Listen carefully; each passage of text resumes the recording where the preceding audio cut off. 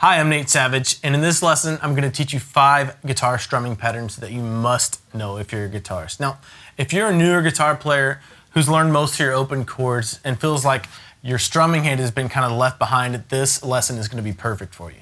The 5 strumming patterns in this lesson are very progressive, and by that I mean once you learn the first one, the second one builds off the first one, the third one builds off the second one, and so on. Now, you're likely going to be familiar with a couple of these strumming patterns in this lesson, but I would encourage you to follow along because I'm going to be giving you some tips that are going to be important for your career as a guitarist. Throughout this lesson, I'm going to be keeping the chords really simple. I'm only going to be using an E chord. That way, you can focus all of your attention on your strumming hand, getting your timing really well, and learning these patterns that I'm going to teach you. In fact, if you want to focus on your strumming hand even more, you don't even have to make any chords. You can just mute the strings like that and focus on the strumming patterns. All of the strumming patterns in this lesson are 8th note strumming patterns. So if you don't know how to count 8th notes, I'm going to go over that with you real quick. When you hear a song, most songs are in 4/4 time, so you count 1, 2, 3, 4, 1, 2, 3, 4, right? Those would be quarter notes usually. Now, to count 8th notes, all you have to do is stick an and in between each number. So instead of 1, 2, 3, 4, you would have 1 and 2 and 3 and 4 and 1 and 2 and 3 and 4 and. That's the basic idea behind 8th notes. And the idea is to space out the counting, the 1 and 2 and 3 and 4 and, as evenly as possible with these strumming patterns. So as I mentioned, all of these strumming patterns are going to be 8th note based strumming patterns. So you're going to see 8th notes displayed at the bottom of the screen to help you kind of learn all 5 patterns. Let's get into this first strumming pattern, and this one may seem very simple, but it's very important. It's an all downstroke strumming pattern using 8th notes. You can tell that it's an all downstroke pattern by the little kind of upside down U symbol on each beat, each 1 and 2 and 3 and 4 and. And like I said, this may seem really simple to you, but don't discount it. It's very important to be able to do simple things very well. I was in a studio session playing some acoustic guitar, and I had all these fancy strumming patterns lined up in my mind, and the producer said, no, just do a straight all downstroke strumming pattern, right? I did it, and it ended up sounding great, better than the stuff I had planned. It may seem easy, but this is an essential strumming pattern that's really going to help you develop your timing. So grab a metronome, put it on, or a jam track, and work on using an all downstroke strumming pattern using 8th notes. Really focus on your timing and work on keeping all the 8th notes evenly spaced.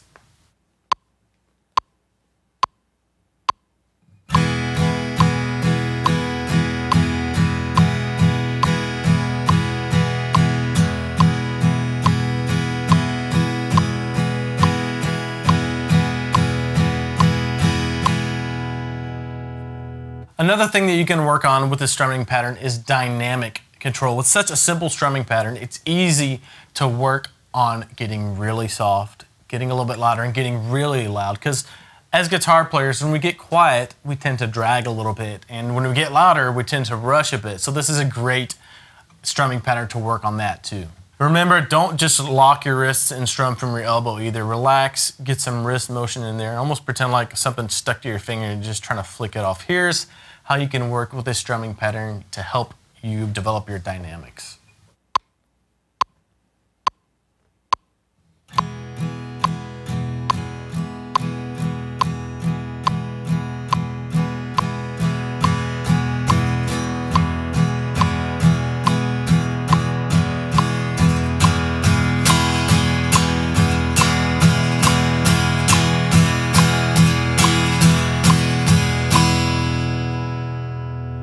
Using a strumming pattern like this to warm up and just kind of get yourself centered and your mind focused on your timing is awesome. Now, strumming pattern number 2, believe it or not, is the exact same rhythm as strumming pattern number 1. But instead of using all downstrokes, you're going to be using down and up strokes alternating. You can tell that we're going to be using upstrokes on every other strum because if you look at the ands, above the ands, you're going to see little arrows. Those are upstroke symbols. So the way this works out for the counting for the downstrokes and upstrokes, the numbers are going to be downstrokes. So 1, 2, 3, and 4 will be downstrokes.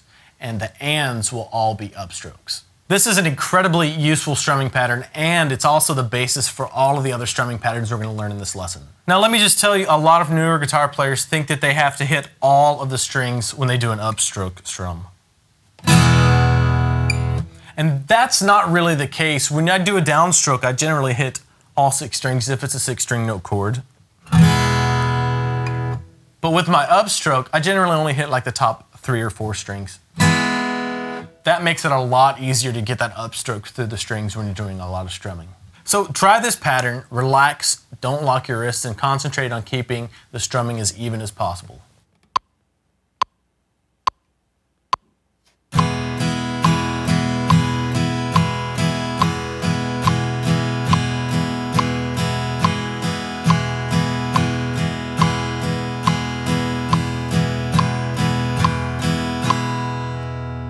So work on this pattern, get it down, make sure to practice it with a metronome or a jam track or something like that.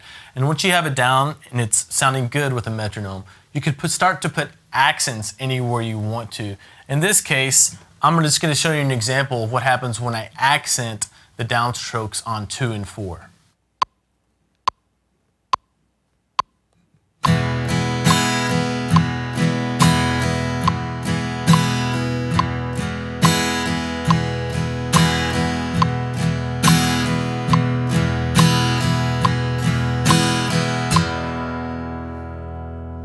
And being able to throw accents in like that is really useful because no matter what song you're playing, if it's an 8th note based strumming pattern, you can put the accents in a place that fit the song you're playing with. Strumming pattern number 3 is very similar to strumming pattern number 2, but we're going to introduce a new stylistic element called a muted strum. A muted strum gives you a more percussive sound, and basically what we're doing is we're kind of copying the sound of a drum kit. When you hear a drum player play 1, 2, 3, 4, 1, 2, 3, 4, on 2 and 4, they're hitting the snare. So that snare sound is what we're going to be emulating. Before we get into the strumming pattern, let me just show you how to do a muted strum real quick. What you're going to do is when you come down to do this muted strum, what you're going to be doing with a downstroke, you're going to let off the pressure on the strings with your left hand a little bit.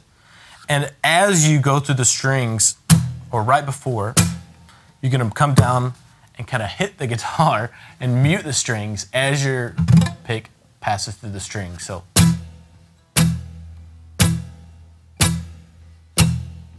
So the strumming pattern we're going to use this with is a straight down, up, down, up, down, up, alternating 8th note strumming pattern. But after the 1 and, on the 2, you're going to use a muted downstroke strum. And then you're going to do another upstroke. So it's really only a 2-beat strumming pattern that just repeats over and over again. So you have 1 and 2 and 3 and 4. And if you look at the graphic for this strumming pattern, you can tell that you're supposed to do a muted strum by the little X that's over the 2.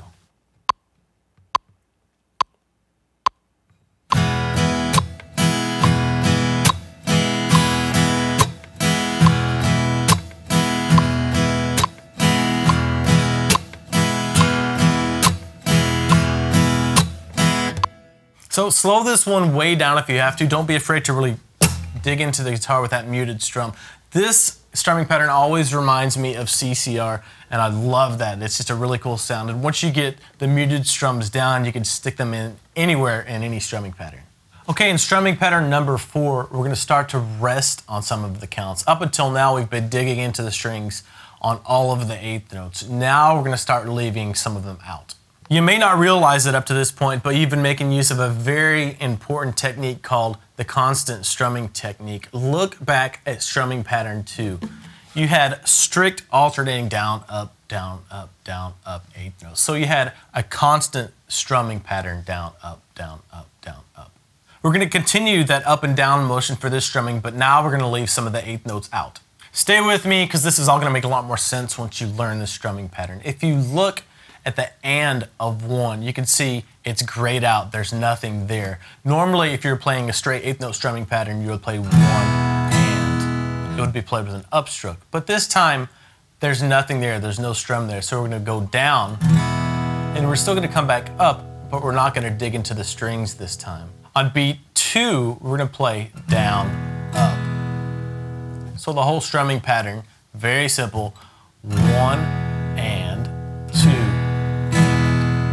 You're going to keep that up strumming motion going even though you're not digging into the strings. You're going to play the same exact thing for beats 3 and 4. So 3 and 4 Now, it's very important when you're learning strumming patterns like this, when you're first getting started, to count out loud. That way you can keep track of where you are. And sometimes it helps to exaggerate the motions just so you can keep track of where you are as well. So let's try this pattern with a metronome real quick.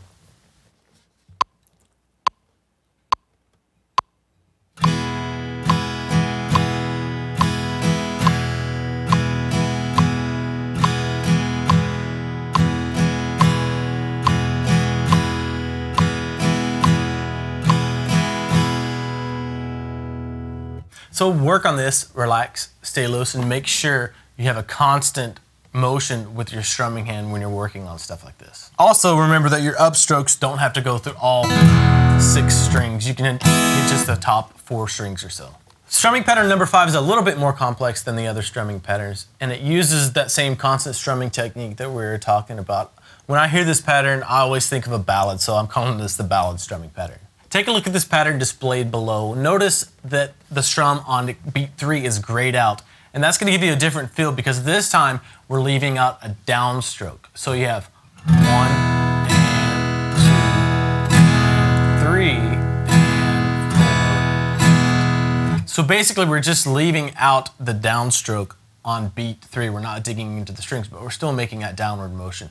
And the rest of the strumming is just straight 8th notes. 1 and 2 and 3 and 4. So remember to keep your strumming arm going and leave out that downstroke that occurs on beat 3.